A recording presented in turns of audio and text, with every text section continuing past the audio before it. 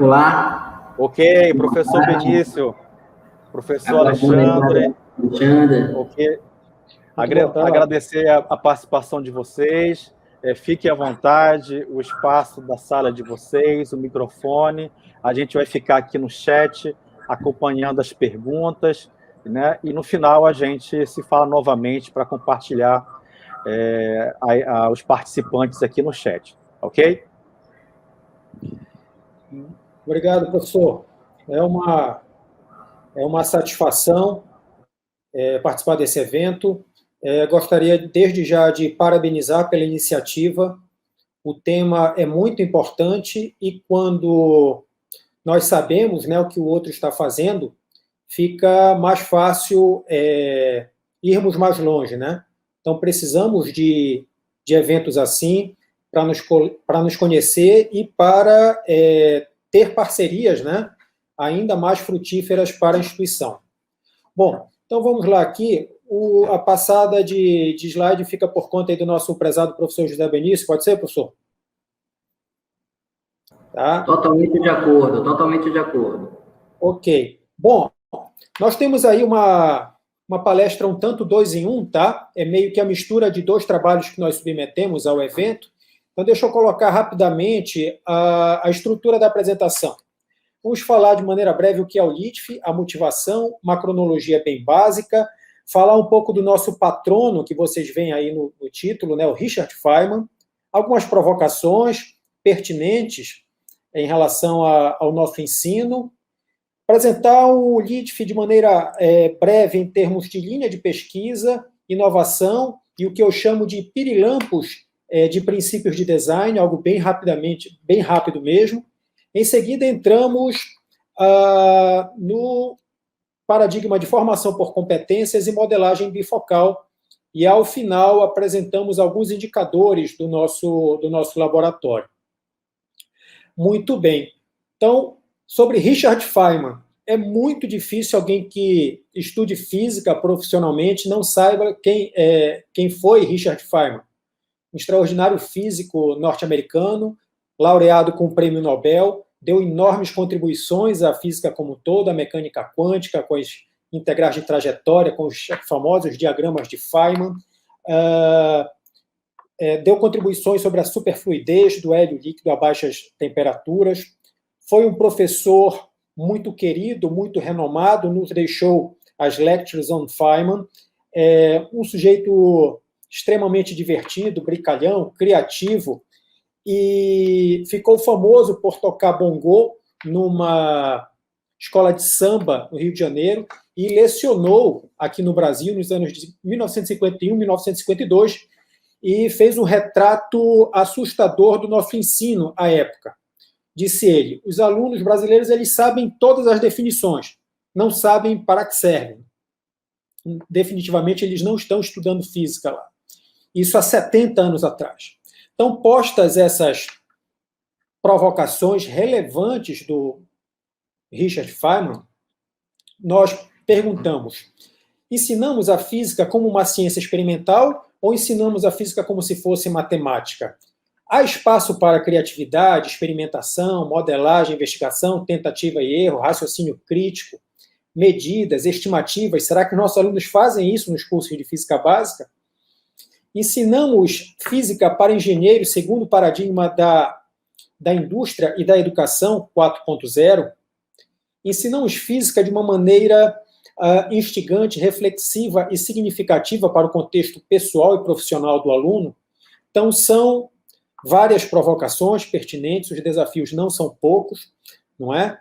E, dentro desse contexto, o LITF se insere como um grupo de pesquisa formado por professores, pesquisadores, físicos, engenheiros, alunos de graduação, de pós-graduação, um pesquisador da área de neurociências compõe o nosso quadro também. Formalizamos o grupo em 2017, em 2018 formalizamos o grupo de pesquisa junto ao CNPq, né? E, assim, em linhas bem rápidas, né, podemos dizer que o LITF trabalha com inovação curricular em sentido amplo. tanto com inovações de conteúdo, quanto de metodologias, atividades e avaliações de ensino-aprendizagem relacionada à física, para o contexto de ensino de engenharia, mas também para outros contextos. Bom, o LITF ele foi fundado com 2 pilares complementares.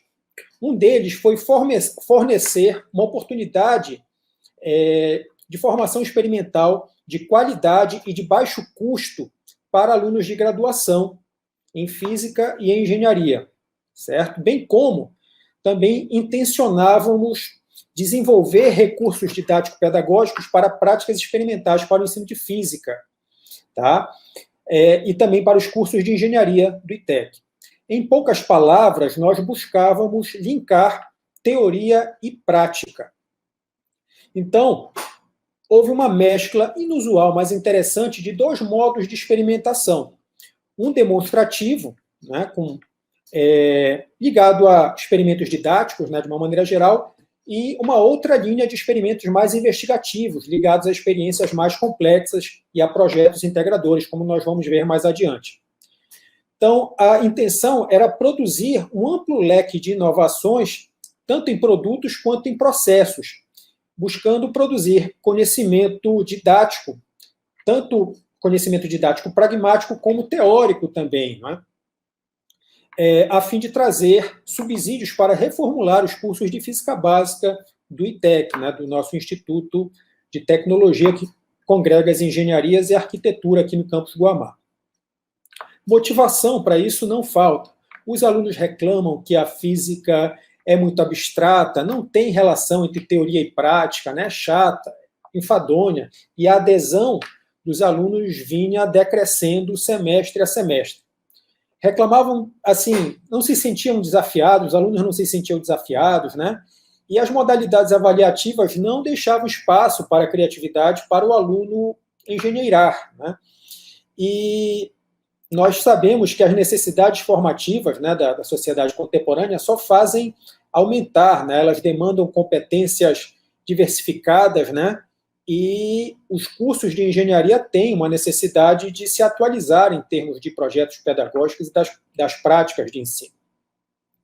E também sabemos que a experimentação exerce um efeito significativo nas aulas de ciências em geral, em especial a aula de física, né, os cursos de física básica. Então, essa ideia de uma pegada mais investigativa para o ensino de física, ela traz como pano de fundo, né, a questão que você não precisa ter um problema científico de ponta para fazer o aluno pensar cientificamente, né? Você precisa promover situações de ensino-aprendizagem que desafiam o aluno e que propiciem ao aluno pensar cientificamente, sem perder de foco o desenvolvimento de competências e habilidades. Para isso, nós devemos definir os nossos objetivos didáticos de maneira tão precisa quanto possível. Bom, de uma maneira bem rápida, né? O LITF ele é calcado no paradigma de formação por competência, né?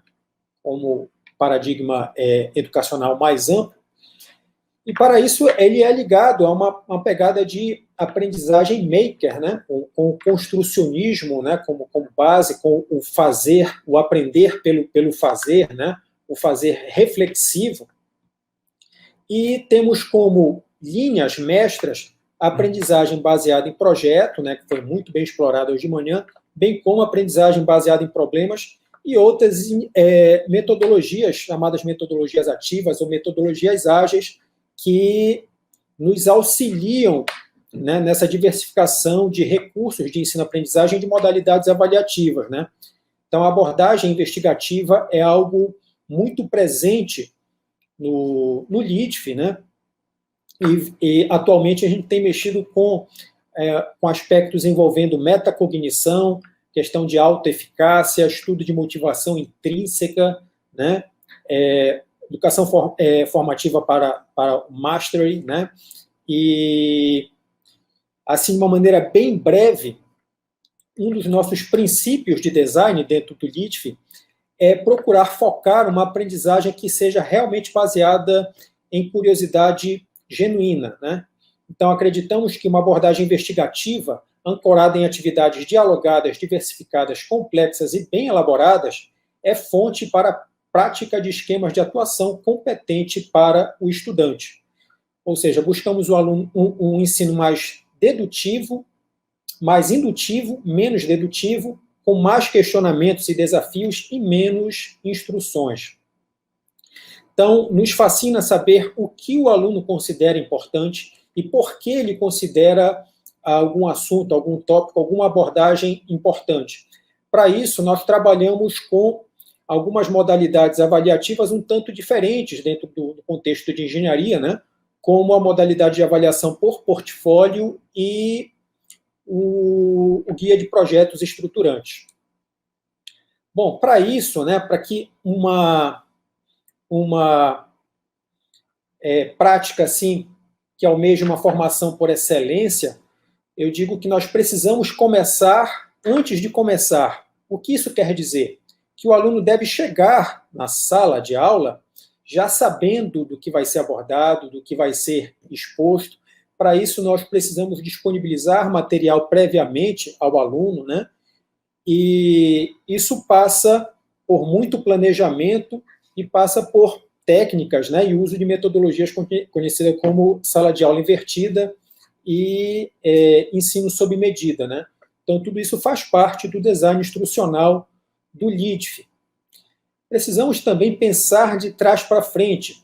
Isso quer dizer, nós devemos ter em mente como ponto de partida onde nós queremos chegar em termos de resultados de aprendizagem. Para isso, as atividades de ensino-aprendizagem elas precisam estar alinhadas a esses objetivos. Então, de uma maneira bem breve, os métodos avaliativos devem estar conectados com as atividades de ensino-aprendizagem e com os resultados de aprendizagem que são almejados para os alunos, né? Então, devemos ter muito claro onde nós queremos chegar, definir bem os nossos objetivos educacionais, traçar metas de aprendizagem ousadas, mais factíveis, né? Para que aí sim possamos elaborar conteúdos e atividades que sejam propícias a esse desenvolvimento, né? Então, a ideia de situação-problema é algo muito caro ao planejamento institucional do LIDF, né? Que a questão da atividade mão na massa, que nós vamos dar uma olhada, é uma situação-problema elaborada com essa finalidade, né? Também vamos mencionar um pouco sobre os projetos integradores. Outro ponto forte como princípio de design do LIDF é o que eu chamo de elementos de vivacidade. E, nesse sentido, a atividade mão na massa, ela tem um papel muito especial em dar significado, em dar concretude, relevância, né? Ajuda o aluno a atribuir significado, a ter uma capacidade de contextualização muito maior a partir do fazer reflexivo, né?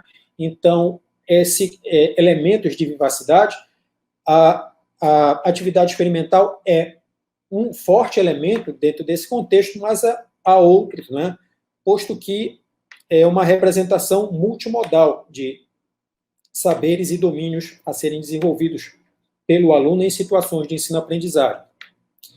Já nos encaminhando para o paradigma de formação por competência, citamos Perrenot como um teórico muito conhecido dentro desse campo, ele que difundiu aí enormemente, né, o paradigma de formação por competência, mundo afora, e ele define a competência como a faculdade de mobilizar um conjunto de recursos cognitivos, saberes, capacidades, informações, com o intento de solucionar com pertinência e eficácia uma série de situações. Então, para saber se o indivíduo desenvolve competência ou não, ele precisa ter uma situação para colocar em prática, para saber como agir, né?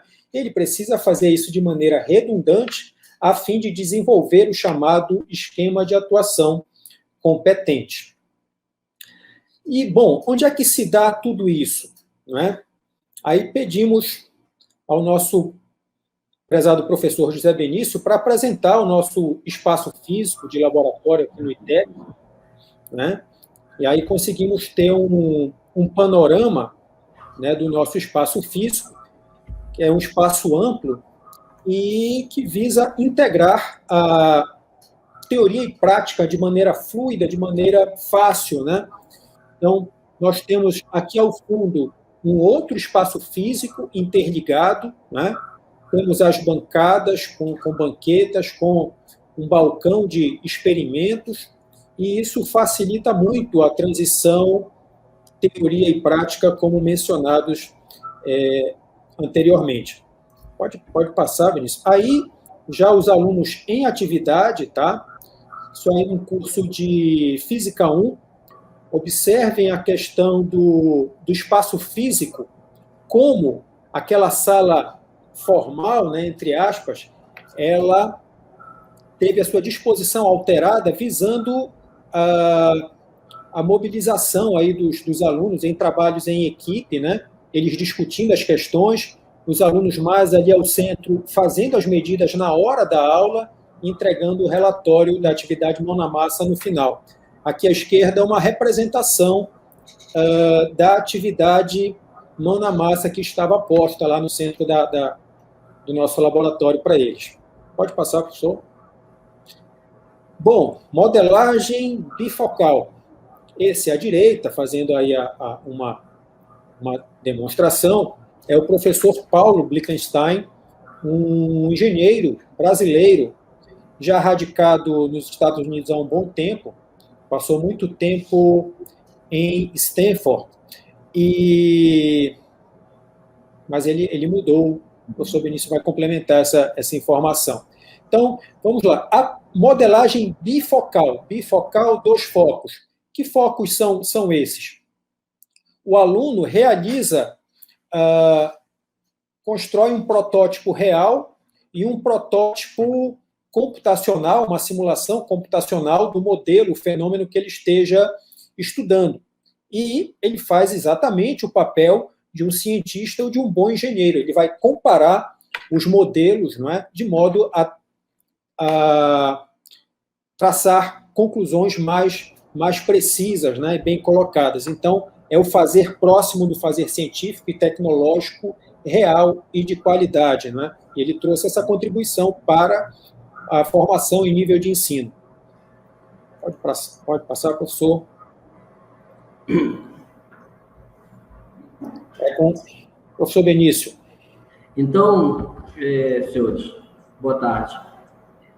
O professor Paulo vem desenvolvendo desde 2012, em Stanford, uma série de atividades que buscavam essa dinâmica para o aluno, que ele, ao mesmo tempo, ele construísse um modelo físico, construísse um modelo matemático computacional, através de sensores, de instrumentos de medidas, ele comparasse o que ele tinha observado e tomasse conclusões a respeito disso. São atividades que alcançam níveis cognitivos profundos.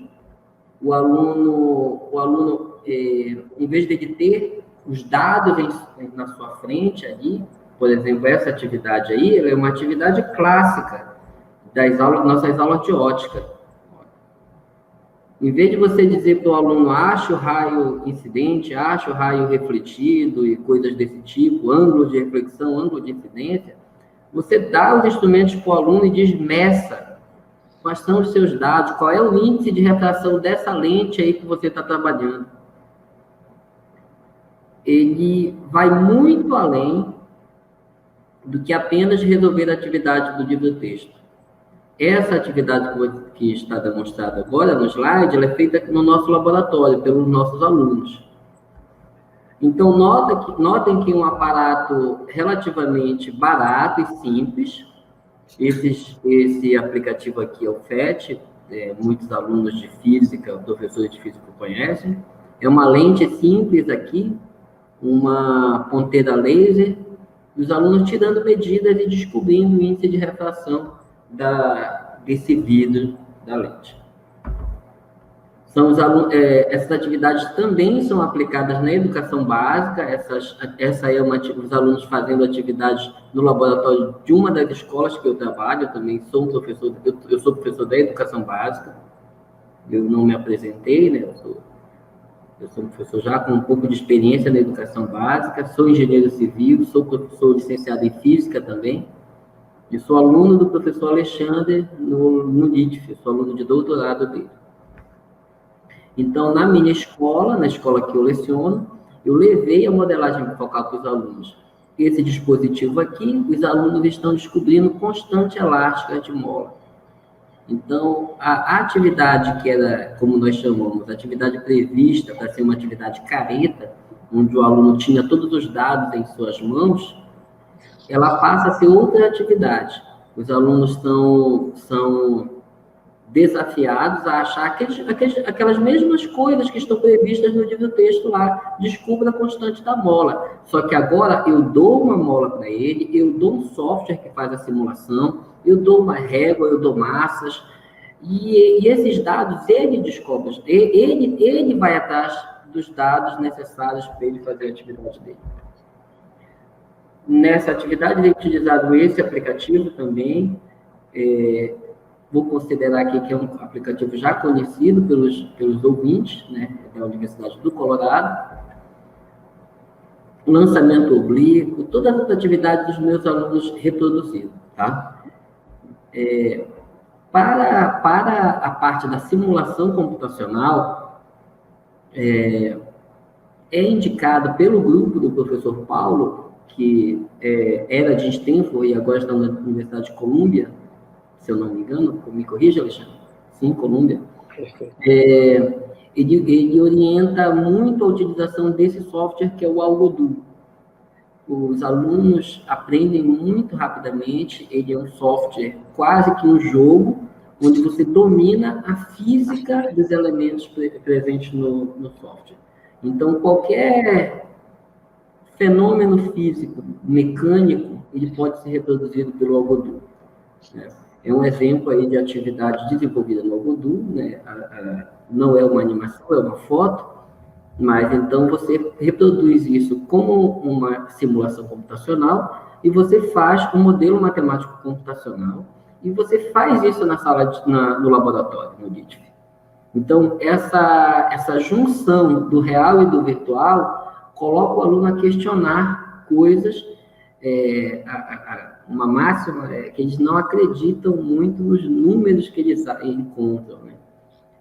Quando muitas das vezes até os alunos nos surpreendem com desconhecimento das grandezas, né? Não se apropriam do que estão fazendo. Então, essas atividades os desafiam a ultrapassar tudo isso.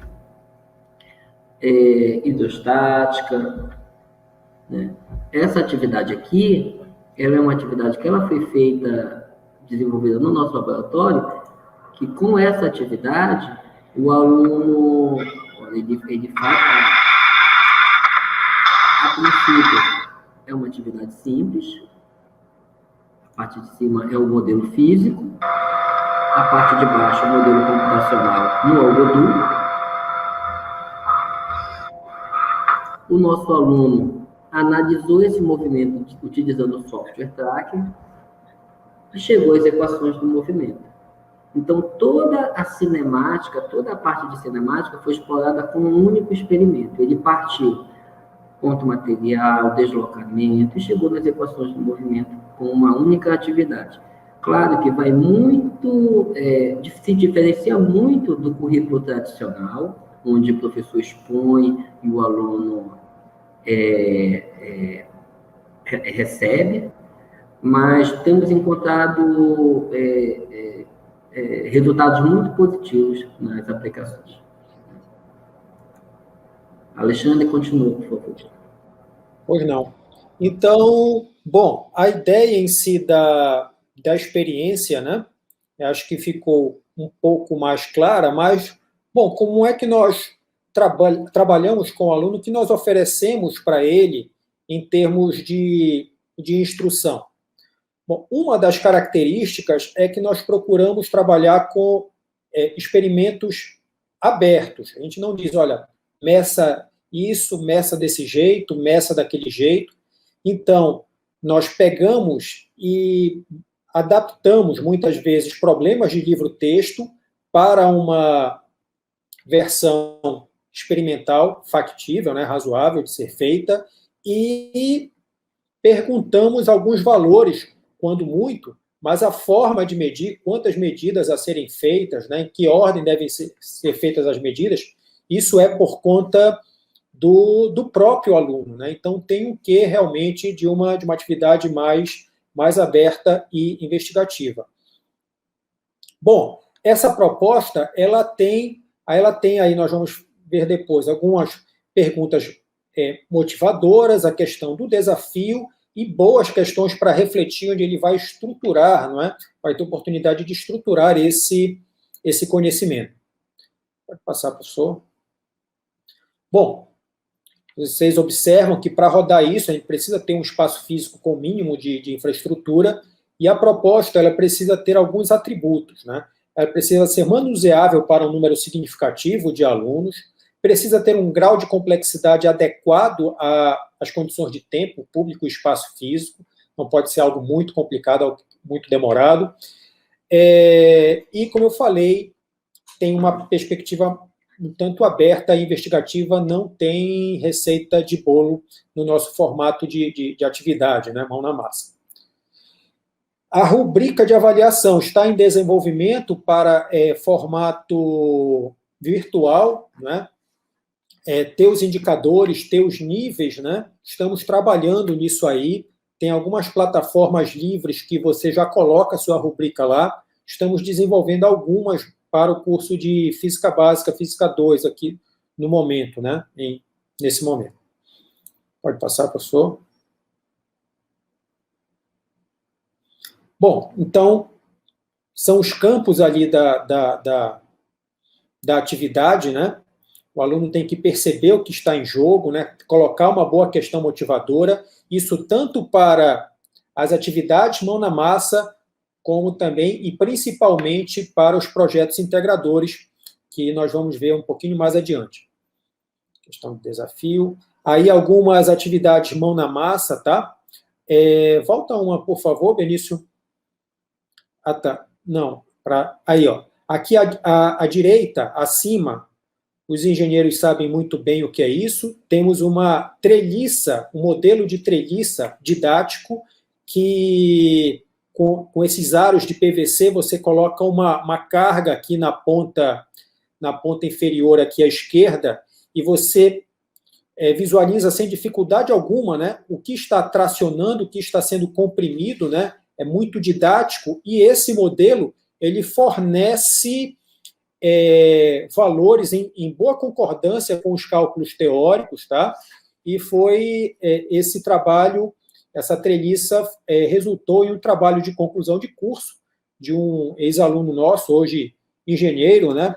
Parceiro aí nosso e do professor Benício, nosso prezado Marcos Brito, e orientado pelo professor Benício, desenvolveu essa treliça didática que rodou em cursos de Física Básica e Mecânica Geral, e os alunos adoraram.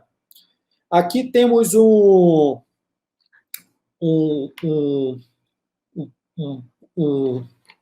quadro de forças, né? Quantos problemas de estática sem significado algum os nossos alunos são obrigados a resolver nos nossos cursos? Por que não colocá-los para medir, saber quanto vai dar aqui com dinamômetro, que não é caro, esses modelos de dinamômetro, né? Experiências de plano inclinado para determinar normal, tração, etc, etc. São centenas de exemplos que podem ganhar vida, né, nessa roupagem experimental investigativa. Pode ir, professor? Então, aqui, já passando para experiências com grau de complexidade maior, são os nossos projetos integradores, né? Os alunos são desafiados, nesse caso, a vencer um vão né, com palitos de picolé, evidentemente o vão a ser vencido num comprimento superior aos palitos de picolé, individualmente falando. Então, eles são desafiados a construir uma ponte de palitos de picolé, longe de ser trivial, pelo menos para mim não é, e além de construir um modelo, um protótipo real, físico, né, da ponte, eles também devem levar esse modelo para um F-Tool e alimentá-lo e fazer os cálculos teóricos na mão e no modelo computacional e comparar o quanto essa estrutura aguenta em termos de carga quando submetida a um teste destrutivo de carga máxima no seu ponto médio. Isso rodou várias vezes aqui na universidade e rodou no ensino técnico profissionalizante, que inclusive esse trabalho faz parte da dissertação do professor Benício, né, que ele aplicou para alunos do curso de edificação de uma escola técnica estadual do nosso estado. Um outro exemplo de projeto integrador é esse modelo de grua, né? Olha a sofisticação desse modelo. Esse trabalho também resultou em uma dissertação de mestrado de um integrante do LITF, do professor Rosevaldo Celestino Barros, e nesse trabalho, né, que envolveu de grande complexidade, o projeto integrador ele permeou não apenas a disciplina de física, mas outras disciplinas do curso, também de um curso técnico em edificações, mas no caso aí do IFPA, Campus Bragança, tá? Um belíssimo trabalho, uma dissertação laureada com nota máxima, tal qual a do professor Benício, né? Tudo isso aí está registrado com diários de bordo, com etapas, um trabalho muito rico. Essa é uma atividade de alta complexidade, permeia toda a disciplina, né? E até engloba outras disciplinas, é a nossa noção de projeto integrador, que não dá tempo de desenvolver agora. Então, sem dúvida, né, essa proposta tem possibilidade de trabalhar com habilidades e competências, mas elas precisam ser bem delineadas no planejamento e nas modalidades avaliativas, né? Então, a pergunta que se coloca é: há ganhos em fazer atividades com modelagem bifocal? Né? Como é que avaliamos isso aí?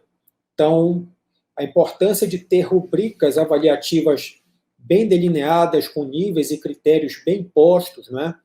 Com verificação de marcos, né? de entrega bem colocados, isso fica bem caracterizado no nosso design instrucional.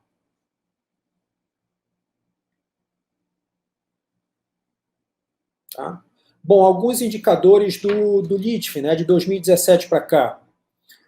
Rodamos certamente atividades aí para mais de 400 alunos. Trabalhamos as físicas básicas do ITEC nessa perspectiva, né, em especial a Física 1 e a Física 2, e trabalhamos em parceria outros cursos, né, já da parte ali de transição do ciclo básico para o ciclo profissional. Estamos ampliando as nossas parcerias, mas já trabalhamos atividades para o curso de Mecânica Geral, já temos 3 dissertações de mestrado concluídas, segundo esse modelo formativo, 2 trabalhos de conclusão de curso e vários artigos em periódicos, em congressos nacionais, internacionais, capítulos de livro no livro da Benji, tá? Já temos 2 capítulos de livro da Benji, né? Uma com LITF e outra com PCNA, professor Benício. Diversas atividades de mão na massa, naquele formato, né, que foi colocado para vocês. 3 projetos integradores, né, desenvolvidos e avaliados. Nós levamos extensão universitária nessa pegada que nós desenvolvemos aqui no DITF. Temos um PIBIC em curso, na verdade, terminou, tem pouquinho tempo. Damos alguns cursos e workshops para a graduação. E temos participação e desenvolvimento em propostas de pós-graduação na área de inovação e ensino. Destaca-se também que essa perspectiva formativa ela vai para além do ensino de engenharia, né? E nós temos a oportunidade de estar já na segunda ocasião como coordenador do Núcleo Física no projeto Residência Pedagógica financiado pela CAPES, né? Trabalhamos também com licenciandos em Física aqui da nossa instituição, no caso do ICEM, e de outros campi do interior. Elaboramos uma proposta de coordenadoria de assistência estudantil e inovação, que foi incorporada ao regimento do ITEC, e o nosso prezado professor José Benício está desenvolvendo um belo trabalho na pós-graduação da Engenharia Civil, em que traz essa preocupação de atualização do ensino de Física para o ensino superior, né, como um foco de investigação no programa de doutorado da instituição. Bom, algumas referências, né? Também, novamente, né, o professor Blankenstein não poderia deixar de ser, o professor Philippe Perrenot, né, expoente aí na área de ensino por competência, Isabala, né, e Arnal na parte também de ensino de competências. Trazemos mais algumas referências do grupo, não é isso? O professor ainda tem slide aí? Temos algumas publicações do grupo, confere, e deixamos essas referências aí, depois disponibilizamos os slides para quem tiver interesse poder consultar sobre os nossos trabalhos, né? Era isso, pessoal, que nós gostaríamos de trazer a vocês, tá? Desculpando qualquer coisa, ficou um pouco corrido, mas foi o que conseguimos fazer para fazer esse 2 em 1. Tá? Espero que tenham gostado. Muito obrigado. Muito bom. Parabéns, professores. Benício, professor Alexandre, obrigado aí mais uma vez pela participação. Eu falei anteriormente, né, o Laboratório de Inovação, Didática em Física, teve uma participação muito especial na sessão de submissão de artigos, né, do resumo expandido. Se eu não falha a memória, eu estava acompanhando de perto aqui o comitê científico, foi em torno de 4, 5 trabalhos que foram aprovados. A gente conhece, né, como o professor Alexandre falou, o professor Benício, né, uma programação dessa, um workshop desse, para a gente conhecer os trabalhos dos colegas, os espaços físicos, né, dentro dessa imensa universidade, dessa universidade multicamp que nós temos aqui, que é o UFPA, né? Eu vejo como o laboratório de demonstrações, o clube de ciência, o laboratório de nanociência lá do grupo de ensino de física, e agora o laboratório didático, já vejo mais um laboratório aí que vão ter espaços assim, que vão ter para compor, para receber, né, essa grande maioria que são nossos alunos da educação básica, né, não só do ensino superior, mas da educação básica. Aí eu aproveito, professores, tem uma pergunta aqui, olha, tem várias perguntas, tem muitos parabéns, né? Muita gente não conhecia o espaço, está conhecendo agora, agradeceu aí pela divulgação, compartilhamento, né? O Marcos Brito, né?